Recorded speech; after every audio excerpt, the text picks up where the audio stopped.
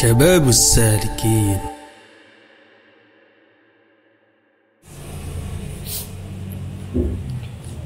بسم الله الرحمن الرحيم. الحمد لله رب العالمين وعلى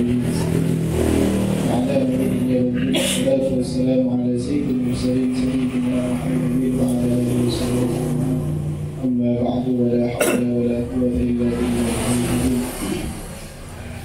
حكي أن امرأة جاءت إلى الحسن البصري رضي الله عنه فقالت: يا أستاذ، إن لي بنتا ماتت أريد أن أراها في المنام، علمني شيئا من الخواص حتى أراها، علمها الصلاة، رأت بنتها في المنام وعليها لباس خضران وفي عنقها غل وفي رجليها خيط من الماء. Cerita yang diriwayatkan oleh Sayyidina Al-Hasan Al-Basri.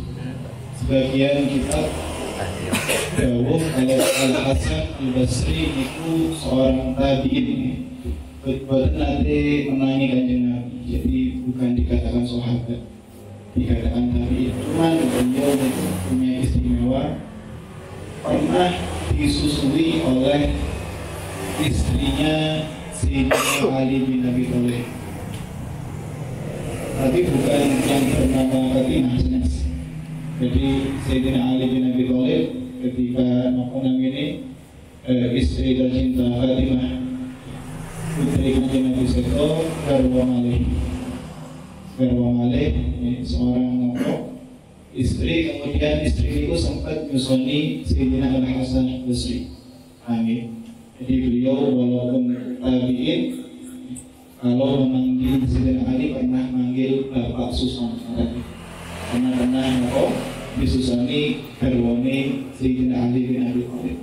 Jadi Hasan Al-Basri juga sah memanggil Sayyidina Husain itu ya Mas Susan. Dia pernah bercerita, suatu hari beliau pernah didatangi seorang ibu-ibu yang mana ibu-ibu itu nggak ada seorang anak wadok, sudah meninggal. Ketika meninggal seorang Sayyidina Hasan Basri dawuh, wahai imam, kula ingin mirsani gimana keadaan anak kula kuburan. Kemudian Sayyidina Hasan Basri mengajari, ya ibu, samian ngakeh maca sholawat dengan Nabi, kemudian dihadiahkan kepada putri jenengan. Kemudian diamali ibu ini. Ternyata beberapa hari setelah itu mimpi bahasanya putrinya niku dipakaikan libasan min qatirani wa fi unuqiha wil. Jadi pakaian yang serba dari api, pakaian dari baja, bajanya itu dibakar kageni. Kemudian wa fi unuqiha wil, kemudian gulune niku ono api yang dari belenggu api neraka. Ketika melihat keadaan putrinya dalam mimpinya kayak gitu, Faisaikotot waja'at ilal Hasan Al-Basri, kemudian langsung tangi mimpi nopo genduke niku dalam keadaan materi, langsung sowan Hasan Al-Basri kemudian nangis. Bahwa sokat ro'atsu kabaka Al-Hasan Al-Basri. Pada waktu sowan ternyata Hasan Al-Basri dalam keadaan masih salib. Jadi ketika sowan kemudian dalam keadaan menangis, ibu-ibu itu menceritakan apa yang dia lihat, keadaan putrinya dalam mimpi. Putrinya dipakaikan pakaian serba baja, kemudian terbakar, kemudian bulunya pada belenggu dari atas. Mendengar mata itu, Sayyidina Hasan Al-Basri juga nangis, derek nangis. Tuma mabawudah. Kemudian lewat berhari-hari, berminggu-minggu lewat, Faro'a Al-Hasan Al-Basri fil manam annaha fil jannah ala sarir wa ala rasiha tajib yubiku ma bainal musyrik wal maghrib. Setelah waktu yang berlalu, gantian Imam Al-Hasan Al-Basri yang mimpi. Ya mimpi lari niku, bocah cilik niku. Cuma beda keadaan.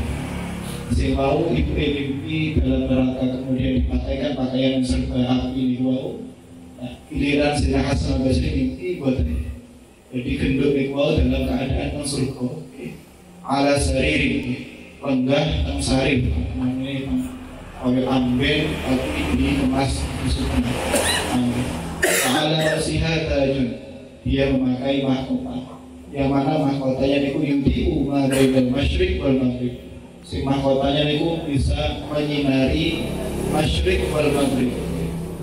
Dari benua barat, maghrib itu barat, benua Eropa, masyriq itu wetan. Benua Asia.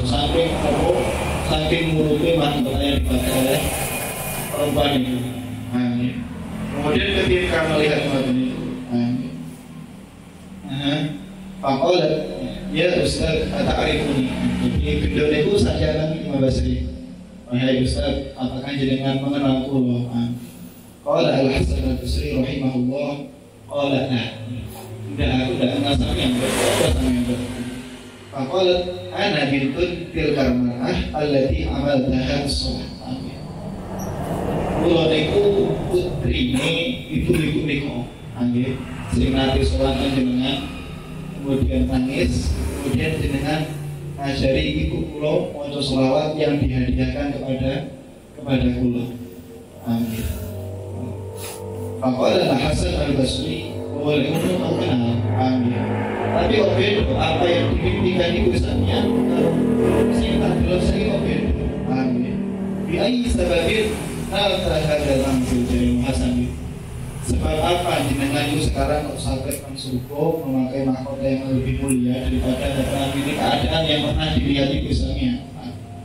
Maqalat ya Syekh, marra bi makbaratina rajulun wa shalla 'ala an-nabi sallallahu alaihi wasallam marrah. Amin. Wa ja'alaha thawabaha lana. Wa kana fi makbaratina 550 insanan mu'adzabin. Fanudiya irfa'u anhumul adab bi barakati sholata hadar rajul ala nabi sallallahu alaihi wasallam. Jadi gendut itu cerita nggih pada suatu hari ada seseorang laki lewat nang pemakaman umum mana makam niku anak kula.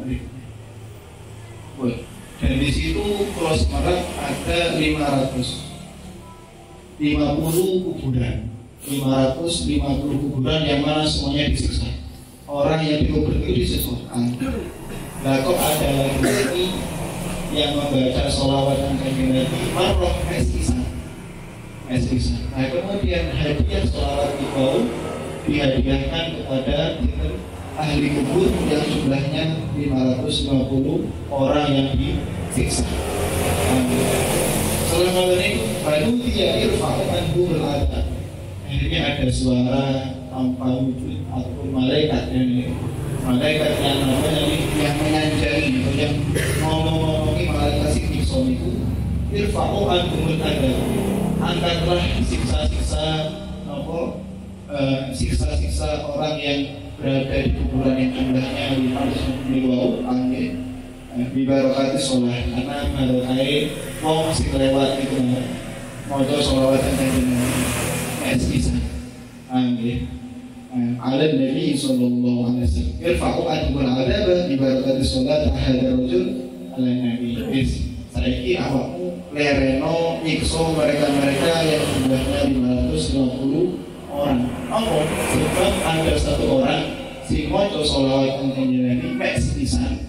Kemudian hadiah kanjeng sholawat ini hadiahkan kepada ahli kubur. Amin. Itu cuma satu sholatan. Jadi banyak cerita fadilahnya sholawat kanjeng Nabi sallallahu alaihi wasallam. Kemarin kita membahas ada orang yang siapa sih mau sholawat dengan ta'adzim Allah akan menjadikan malaikat yang mana memiliki sayap bainal masyriq wal maghrib. Mulai dari situ dia malaikat akan membacakan kepada orang yang mau sholawat sampai hari sampai ngoten niku kadang mungkin terjadi benak kita muncul apa sih kok iso hanya membaca sholawat kepada Nabi tapi efeknya luar biasa. Mungkin Mungkin dari kita gumun, iso kayak mau sholawatan. Memang efeknya luar biasa. Padahal ini juga hadis yang sahih. Artinya banyak hadis yang sahih diberikan Nabi.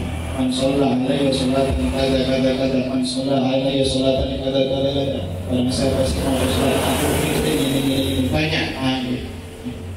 Kok gak perlu ya Allah yang di dalamnya ada wiridan, zikir ataupun puasa, kalau kita terheran-heran, jangankan kita, Nabi itu terheran-heran, Nabi juga heran.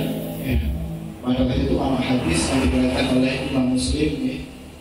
Nabi dong yang tadi ini, saat beri dengan heran, Nabi juga heran. Efeknya betapa besarnya efeknya sholawat dan kanjeng Nabi. Untuk hadis mengatakan matani hati min Rabbi. Jadi Allah pernah didatangi seorang malaikat dari Allah min Rabbi. Fa'akhbarani annahu man mata min ummati la yusyrik billah syai'an. Nabi dihendangi, wahai Nabi, barang siapa yang mati dari umat sampeyan yang tidak tahu syirik dengan Allah kok mati, dakhala jannah. Amin. Langsung dulu Pak cek lain. Amin. Ada Nabi Sanjang ya. Fakultu fa'in zana wa'isra. Walaupun dia pernah zina, apakah walaupun dia pernah nyolong, artinya walaupun dia pernah melakukan dosa keji, apakah tetap masuk surga?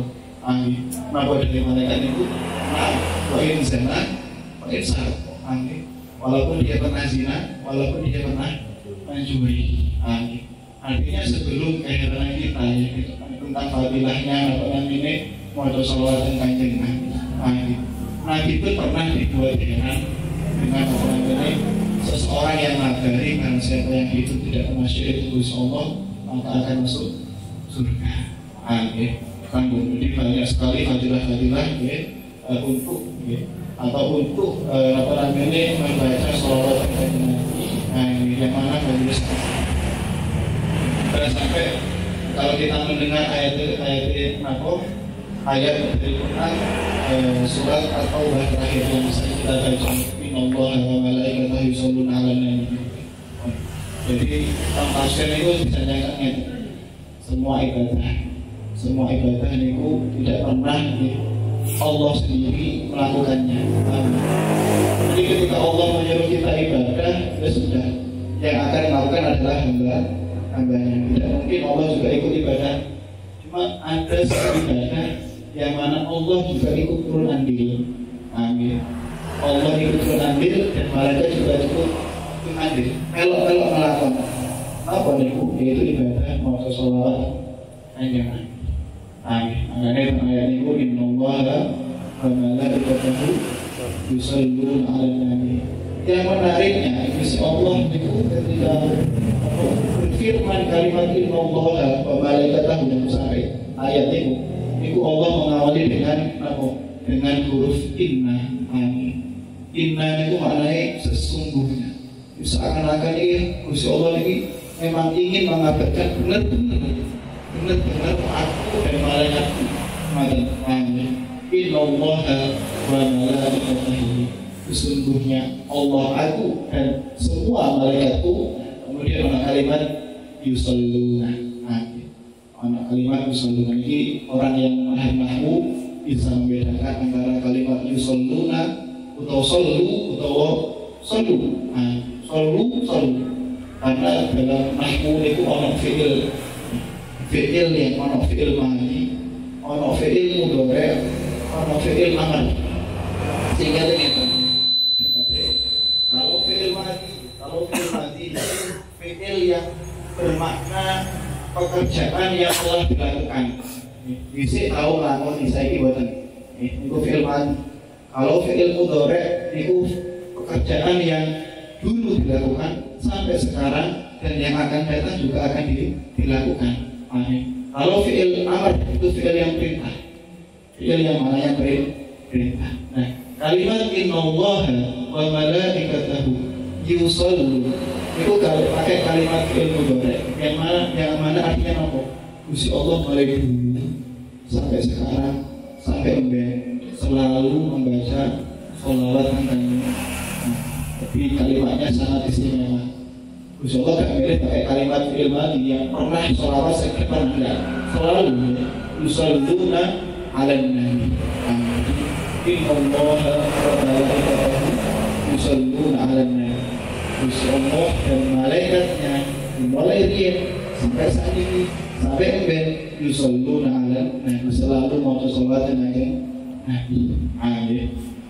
Ya ayyuhalladzina amanu shallu 'alaihi wa sallimu taslima. Lalu Gusti Allah memerintahkan kita, jadi seakan-akan Allah niku ngabari sing sampeyan kan.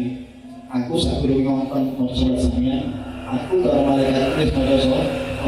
Harus sampeyan maca salat Nabi sallallahu alaihi wasallam. Amin. Untuk masuk hatilah hati lain, mau salawat kepada Nabi sallallahu alaihi wasallam.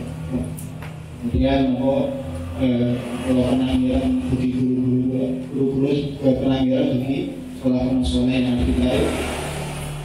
Beliau mengatakan gini, setiap majelis alladzi yusabu ila Nabi sallallahu alaihi wasallam lahu fadilah.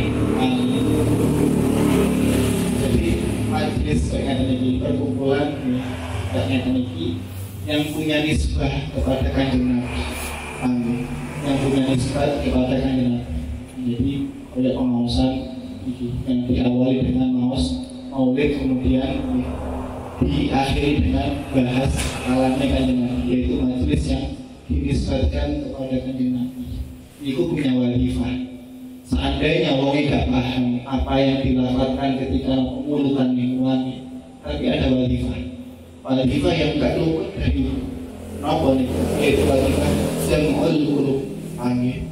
Makna jam'ul qulub itu napa menggabungkan para hati. Jadi hati ini digabungkan, merukunkan sesama muslim. Amin. Dirukunkan, kemudian ngajak setiap orang yang ada di majlis ini podo tahabbu fillah, podo senang karena Allah.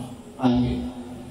Makanya dari mereka mengatakan kalau ada majlis alladzi yusabu ila Nabi, majlis yang punya nisbat kepada Kanjeng Nabi, kok niati bukan jamul qulub, kok niati bukan mengumpulkan hati-hati hadirin, maka itu podo karo wong lanang sing gak songkokan.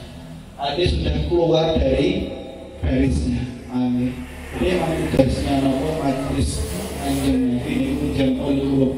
Amin. Jamul qulub. Jadi nopo ini mengumpulkan hati, sekiranya mereka bisa at-tahabbu fillah, saling senang, saling akur karena Gusti Allah.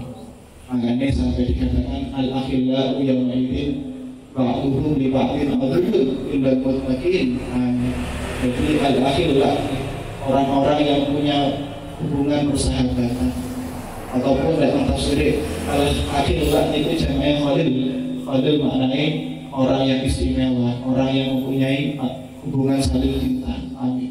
Al-akhillau, orang yang saling berhubungan dengan hubungan istimewa, pertemanan ataupun persahabatan. Yauma idzin mangki ben di kiamat ataupun di mahsyar, ba'duhum li ba'din aduwwun, mereka satu sama lain akan menjadi musuh. Amin. Illal muttaqin, kecuali mereka-mereka sing koncoan, mereka-mereka yang berhubungan teman, berhubungan sahabat yang dilandasi dengan takwa. Amin. Aku bersamian engkau koncoan karena saling takwa. Aku bersamian engkau koncoan karena podo ngajak ayo ibadah Gusti Allah. Tidak ada kepentingan yang lain. Perkota majlis tidak ada kepentingan yang lain. Makanya sampai ada hadis yang diriwayatkan oleh Abu Hurairah radhiyallahu anhu, walladzi nafsi biyadihi, kalau Nabi yang ini, walladzi nafsi biyadihi, dia itu bersumpah demi Allah yang memegang nyawa. La yadkhulul jannah hatta tu'minu. Kalian semua dengan Nabi tidak mungkin masuk surga sebelum sampean bisa beriman. Iman. Amin. Wala tu'minu hatta tahabbu. Amin. Dan sampean tidak mungkin bisa beriman sebelum sampean saling mencintai, saling akrab, saling hati. Amin. Kemudian awala adullukum ala syai'in idza fa'altumuhu tahabbatum. Apakah saya sudah mengajari kejenengan sesuatu yang bisa membuat sampeyan niku saling mencintai ataupun saling akur, saling saing terhadap atau jenengan antara jenengan. Amin. Qala afshu salama bainakum. Afshu maknai sebarkanlah. Amin. Assalam maknai uluk salam. Ini ada dua tafsir hadis. Makna assalam itu bisa maknai ya mau assalamualaikum. Setiap saat ketemu wong mau assalamualaikum nggak sangat gampang senang karo wong liya. Amin. Ataupun kalau makna tasawufnya assalam maknanya aman. Percuma sampean ketika ketemu kancane assalamualaikum tapi ini hatinya tinggi. Percuma. Artinya salam itu salam yang dari hati. Aman. Aku ketika melihat kancaku ada rasa tinggi. Aman. Amin. Tidak hasut, tidak gibah ataupun merasa. Amin. Nah, ketika sampean menyebarkan rasa itu kepada rencang-rencangnya sampean, rencang-rencang kita, maka akan terjadilah tahabbu billah. Amin. Saling cinta karena Allah. Juga ada hadis yang diriwayatkan oleh Mu'adz bin Jabal, ya. Nabi pernah dawuh, al-mutahabbuna bi jabal lahum manabir min nur. Orang-orang yang dibangkitkan dari kubur. Amin. Yang mana dia meninggal karena punya rasa cinta saling cinta terhadap mukmin. Mereka akan dibangkitkan mempunyai mimbar-mimbar. Artinya makom yang sangat tinggi, yang mana mimbar itu dari cahaya. Jadi derajat yang sangat tinggi. Cuma benarnya apa? Yang ditubuhkan Nabi Nawasyhada. Yang mana makom itu bisa gawe iri Nabi dan para wong sing mati syahid. Saking tingginya derajatnya orang yang saling cinta terhadap orang. Amin. Makanya wadifahnya majelis yang dinisbatkan kepada Kanjeng Nabi. Saya akan dilakukan ini harus punya niatan at-tahabbu fillah. Jangan sampai matanya hukum jam'an wa qulubuhum syatta dari Al-Qur'an ini. Seakan-akan kita gabung tapi akhirnya mencari. Tidak ada sinkron. Nah, jangan sampai kayak gitu. Amin. Itu fadilahnya atau wadifahnya al-majlis alladhi yusabu ala